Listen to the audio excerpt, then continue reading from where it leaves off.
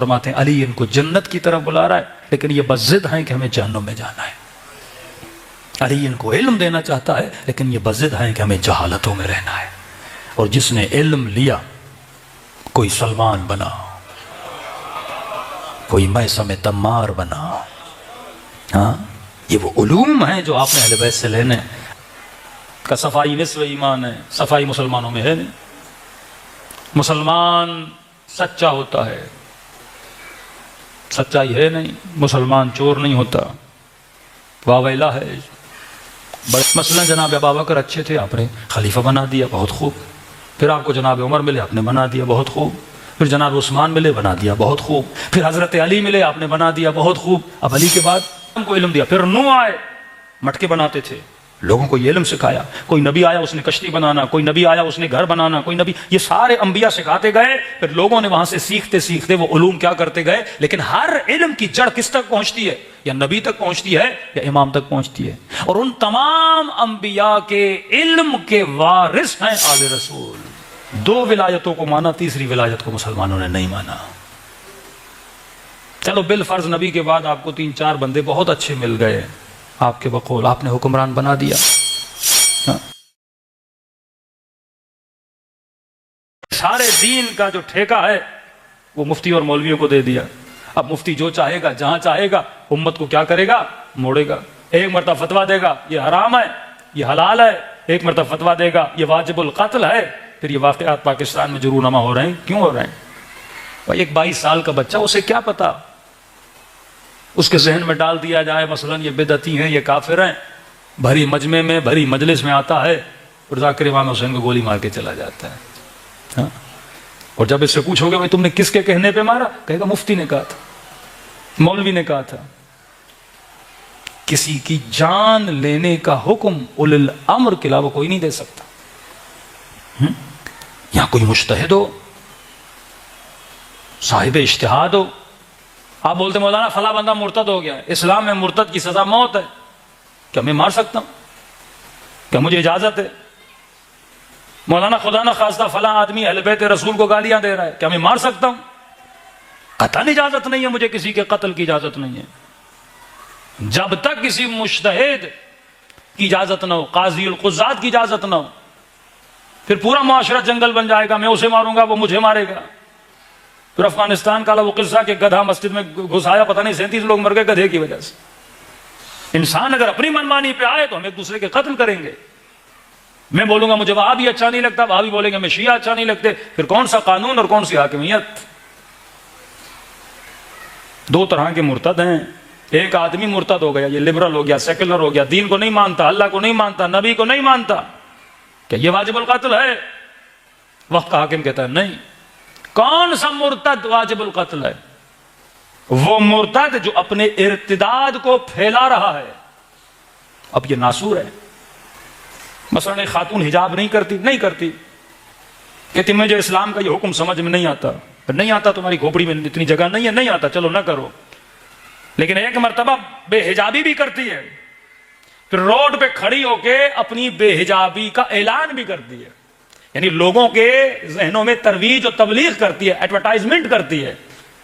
یعنی جو کر رہی ہیں انہیں بھی بگاڑ پیدا کرتی ہے. اسے کہتے ہیں مفسد فی الارض, یعنی اللہ کی زمین میں کیا پھیلا رہے ہیں؟ فساد پھیلا رہے ہیں. اس کو اسلام کہتا ہے قتل کرے. اب کون قتل کرے گا؟ میں کروں گا یا آپ کریں گے؟ حاکم وقت, قاضی وقت فتوا دے گا, اس کا اپنا سسٹم ہے, اس کو پکڑا جائے گا, حراست میں لیا جائے گا, اس کا ٹرائل کیا جائے گا. اس کے بعد حکومت یا جو بھی وقت کا حاکم ہے کیا کرے گا؟ اسلامی قوانین کے مطابق اسے سزا دے گا. اپنی نظروں کے سامنے ایک چور آتا ہے, آپ کا موبائل چھینتا ہے, آپ کی موٹر بائک کو چھینتا ہے, آپ کی گاڑی کو چھینتا ہے, آپ نے چور کو پکڑ لیا. اسلام کہتا ہے خبردار, تجھے مارنے کا حکم نہیں ہے. میری موبائل چوری کی ہے, تم نہیں ہے اس کو مارنے والے. حاکم کا کام ہے, قاضی کا کام ہے, جج کا کام ہے اسے سزا دے, تمہیں حق نہیں ہے. اب اس طرح ہر بندہ چور کو پکڑے اور مارنے لگے. کل پتا چلا وہ چور بھی نہیں تھا, میری دشمنی تھی ذاتی, میں نے کہا چور چور چور, اور 4 اس کو ہم نے چپیڑے مار دی اور ساری اپنی بڑاس میں نے روڈ پہ نکال دی. تو ملک میں جنگل کا قانون بن جائے گا. اسلام کے ایک رولز ہیں, ایک ریگولیشنز ہیں. جب ان رولز اور ریگولیشن کو بندہ فالو کرے تبھی خدا بندہ متعال قرآن میں کہتا ہے کہ ہم نے قصاص میں کیا رکھا ہے تمہارے لیے؟ نعمت رکھی ہے. ہم نے قصاص میں حیات رکھی، اللہ کہتا ہے قصاص میں زندگی ہے۔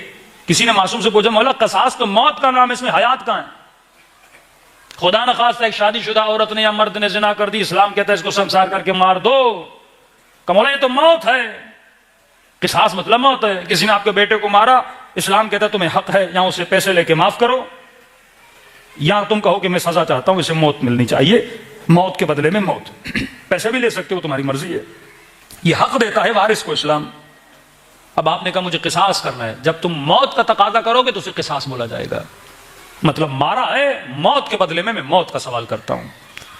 کہ مولا علی نے کہا ابن ملجم کو جب پکڑا، علی نے کہا حسن اگر میں بچ جاؤں گا تو علی معاف کرے گا، لیکن اگر میں نہیں بچا تو اسے اتنا ہی مارنا جتنا اس نے علی کو مارا تھا، قصاص جو کیا اس کے ساتھ وہی کیا جائے۔ لیکن اب سوال یہ امام سے کہا مولا اس میں حیات کیسے ہے؟ یہ اگر حکمران سمجھے نا، حکمران طبقہ سمجھے، اللہ کا کھلم کھلا حکم ہے کہ میں نے قصاص میں زندگی رکھی ہے، کہ مولا وہ کیسے؟ امام فرماتے جب تک مجرم کو سزا نہ ملے معاشرے میں عدالت قائم نہیں ہوتی۔ تو اگر حیات چاہتے ہو نا، حیات مطلب ایک زندہ معاشرہ چاہتے ہو جس میں چوری نہ ہو، جس میں عدل ہو، جس میں انصاف ہو، وہ معاشرہ ہوتا ہے جس میں مجرم کو سزا دی جاتی ہے، راشی کو سزا دی جاتی ہے، غمن کرنے والے کو سزا دی جاتی ہے۔ لیکن جن معاشروں میں قصاص نہیں، وہ انسانی معاشرے نہیں، حیوانی معاشرے بن جاتے ہیں۔ صلوات پڑھے محمد والے۔ تو ہماری زندگیاں کیوں تباہ ہوتی ہیں؟ اگر مسلمان اپنی تاریخ کے پیچھے چلا جائے کہ وہ اسلام جس نے معاشرے میں امن کا پیغام لانا تھا، کا صفائی نصف ایمان ہے، صفائی مسلمانوں میں ہے نہیں۔ مسلمان سچا ہوتا ہے، سچائی ہے نہیں، مسلمان چور نہیں ہوتا، واویلا ہے، بڑے عجیب عجیب قسم کی چوریاں ہیں، سب کچھ ہو رہا ہے۔ کیوں؟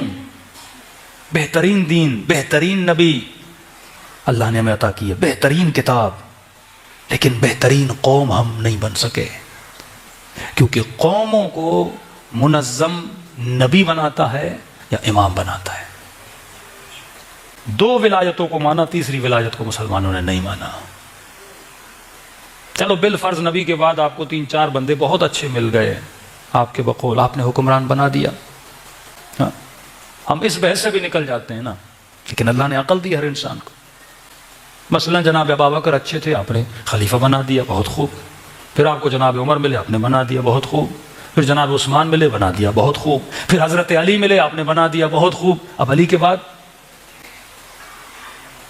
سسٹم جب تک نہیں بناؤ گے، اچھے افراد 4 ملیں گے، 5 ملیں گے، 6 ملیں گے، لیکن سسٹم تو چلتا رہے گا نا۔ وہ کون سا سسٹم ہے جو اچھے افراد کو جنم دے؟ وہ کون سا سسٹم ہے؟ مثلا آپ کو اپنے بچے کے پڑھانے کے لیے ملیر کینٹ میں بہت اچھا ٹیچر مل گیا، بھائی کل یہ ٹیچر نہیں رہا تو دوسرے بچوں کا کیا ہوگا؟ جب تک ایجوکیشن کا سسٹم نہیں بناؤ گے، وہ پھر سسٹم افراد رہے نہ رہے، سسٹم باقی رہتا ہے۔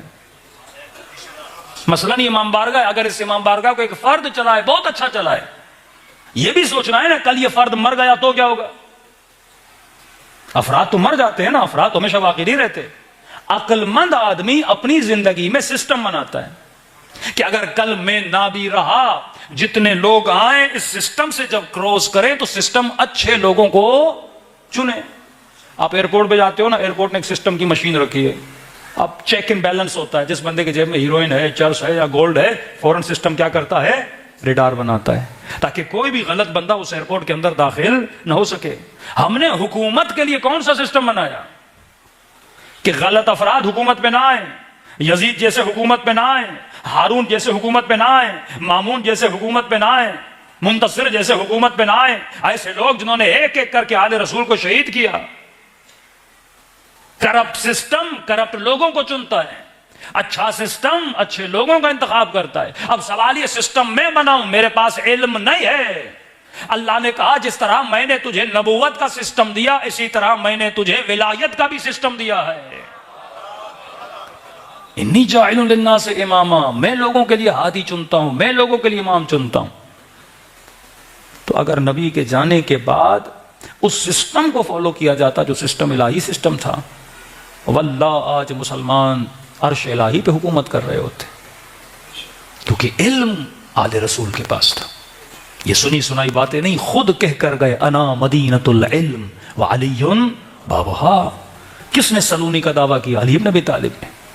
ہر مکتب کا امام ڈائریکٹ یا انڈائریکٹ اہل بیت کا شاگرد رہ چکا ہے۔ امام ابو حنیفہ کہتے لولا سنتان لہلک نعمان، اگر 2 سال نہ ہوتے تو نعمان کیا ہو جاتا؟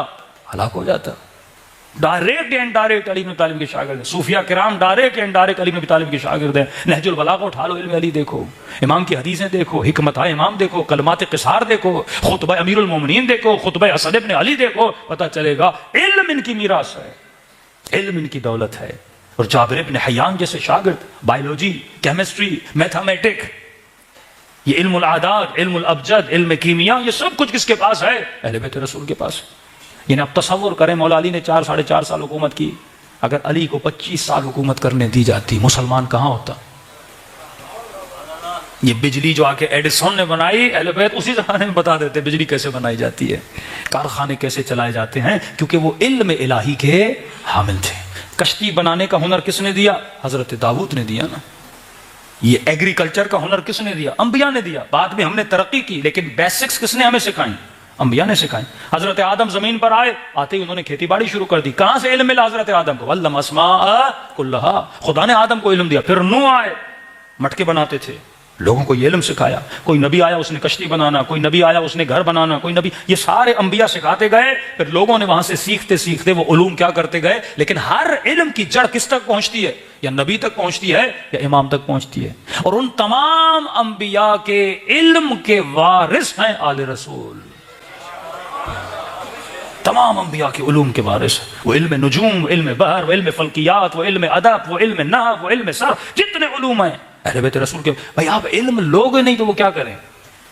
پاکستان میں بہترین آپ کے پاس مثلا علم جاننے والا بندہ، وہ کہے میں میزائل بھی بنا سکتا ہوں، میں یہ بھی کر سکتا ہوں، میں پانی سے گاڑی بھی چلا سکتا ہوں، میں یہ کر سکتا ہوں۔ اب آپ علم کا فائدہ لوگے نہیں، وہ کیا کرے گا؟ مولا فرماتے ہیں علی ان کو جنت کی طرف بلا رہا ہے، لیکن یہ بضد ہیں کہ ہمیں جہنم میں جانا ہے۔